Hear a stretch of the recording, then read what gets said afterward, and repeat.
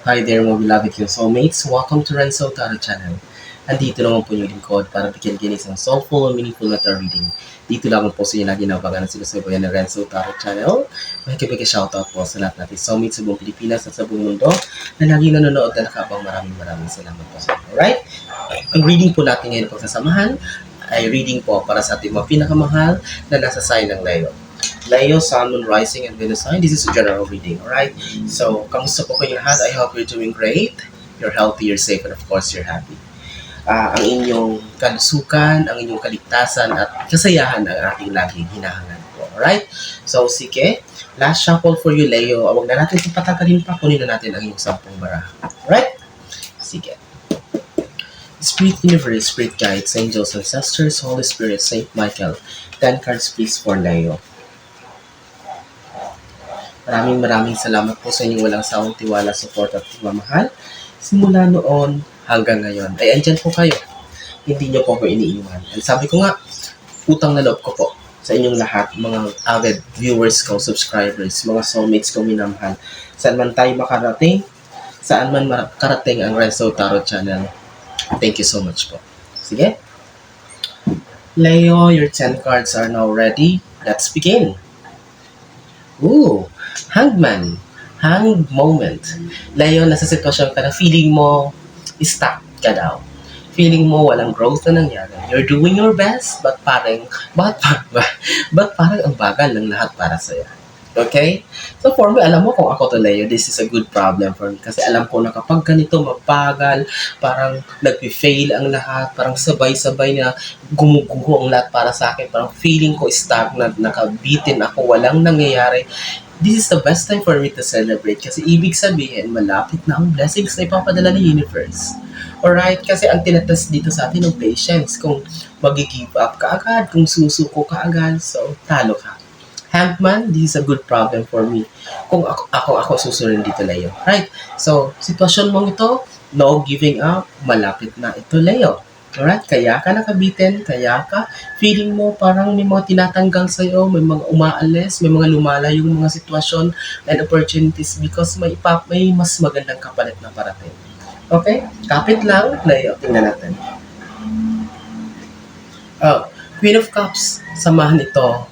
Aside from the discipline, aside sa pag-aantay, samahan rin ito ng disiplina sa, kumbaga, pagiging wise. Okay, Leo? Kasi for the past months, for the past weeks ago, there are some decisions na nangyari na parang hindi masyadong pinag-isipan. Parang bara-bara. It's just parang dala lang siya ng damdamin. It seems na parang hindi siya dumaan sa proseso or parang, masusing pag-iimbestiga, masusing pag-research o pag-alam-alam mo na ng background. Okay, Leo? This is a lesson learned for you na kailangan mo nang alamin ang lahat bago magtiwala, bago pumasok sa isang sitwasyon, kung ano man mga desisyon na gagawin, kailangan ng maingat na pag-research or pag-alam-alam mo na. Alright? So, Queen of Cups, research is the key.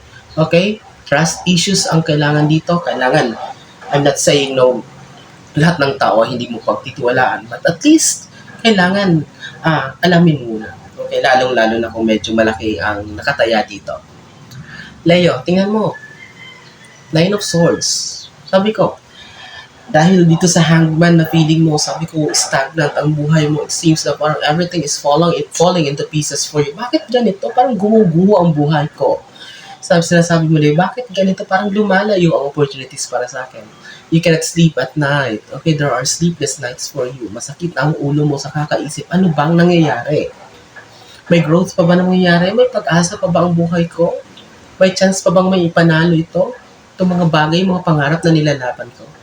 Okay, your mind is boggling. Okay, you're preoccupied with a lot of things running on your mind. To the point na hindi ka na makatulog ng maayos. To the point na gulong-gulo ang isipan mo dito ngayon. Okay, mag-comment ka na, Leo, kung ito yung current situation mo. Hindi okay. Hindi talaga okay yung sitwasyon mo dito. I can see here, it's because sabi ko, apektado ka nitong hang moment or hangman na card na parang it's been a long time na parang feeling mo ay walang growth na nangyari.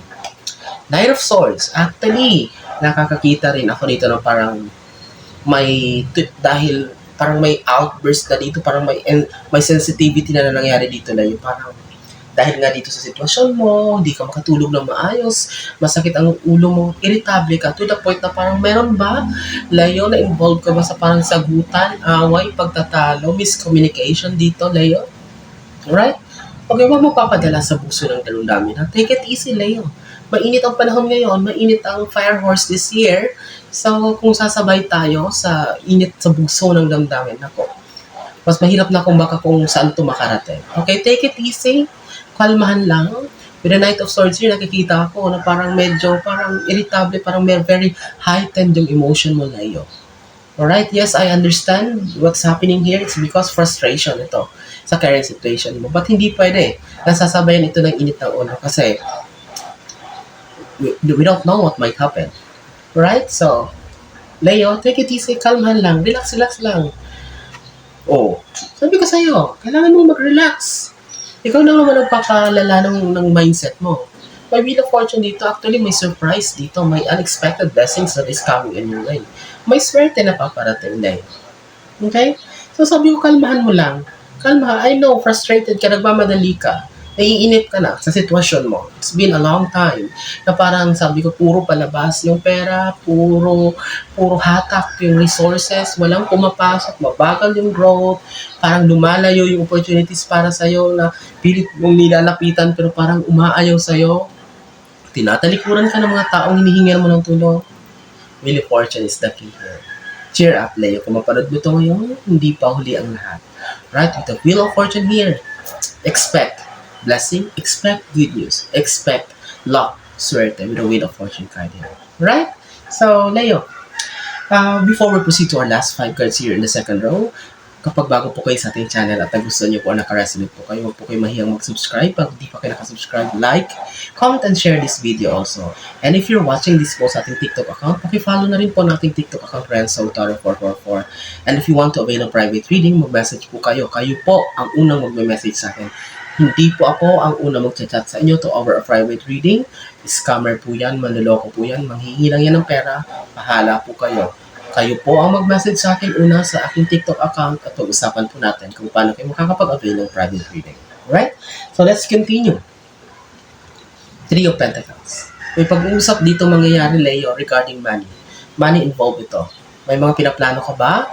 May mga business transaction ka ba? May mga ina-ask ka sa bang papers? What is this for? Release ba itong pera? You're waiting for this? So I can see that it will be successful. Bakit? Andito yung Wheel of Fortune. Lumabas na eh. So it means whatever you will be doing after this video, mapanood ito ngayon, expect na puro na kakaanan, puro na positibo naman ang papasok para sa inyo. So, believe, claim it.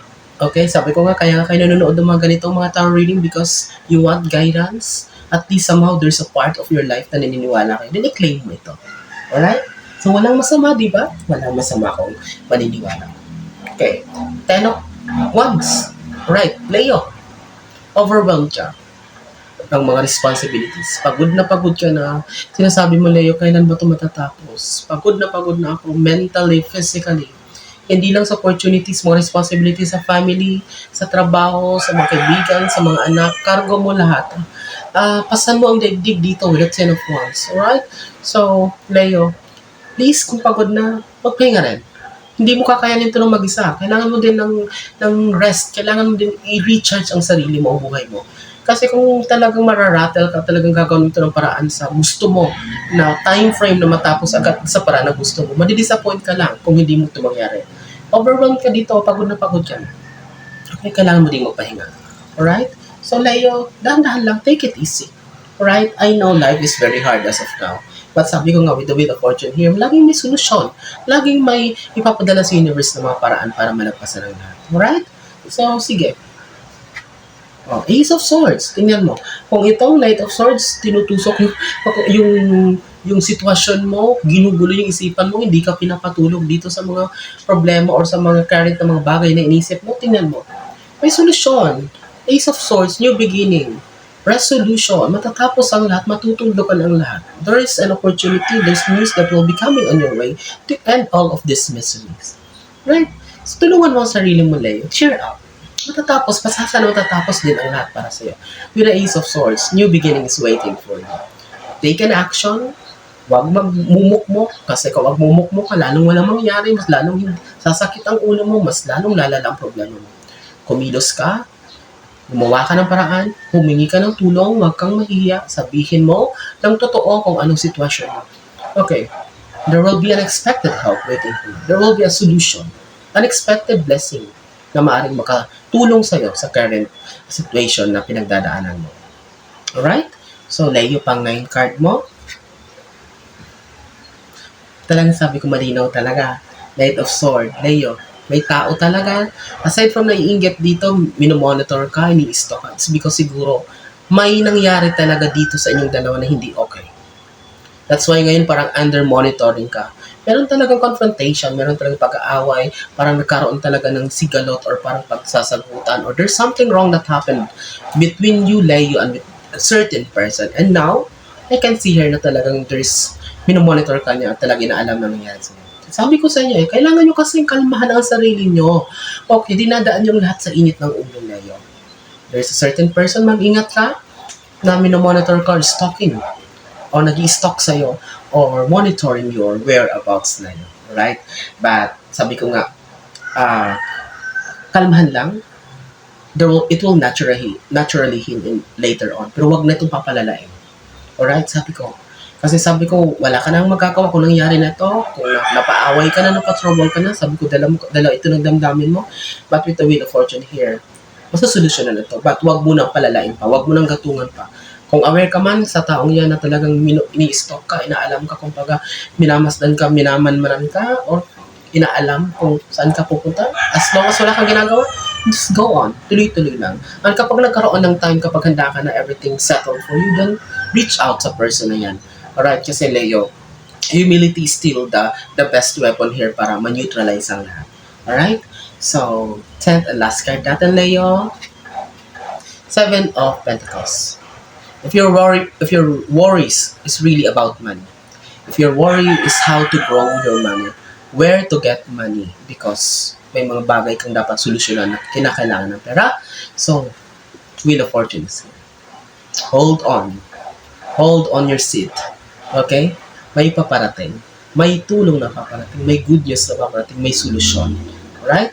So, itong pinoproblema mo, pumapasakit sa ulo mo, pera, saan kukuha, sinong lalapitan, paano paparamihin, it's because you want stability, matapos ito mga problema mo sa kaperahan. Okay, believe me, Leo, everything has a solution. With a Wheel of Fortune, ruleta ng kapalaran. Iikot naman ang buhay mo.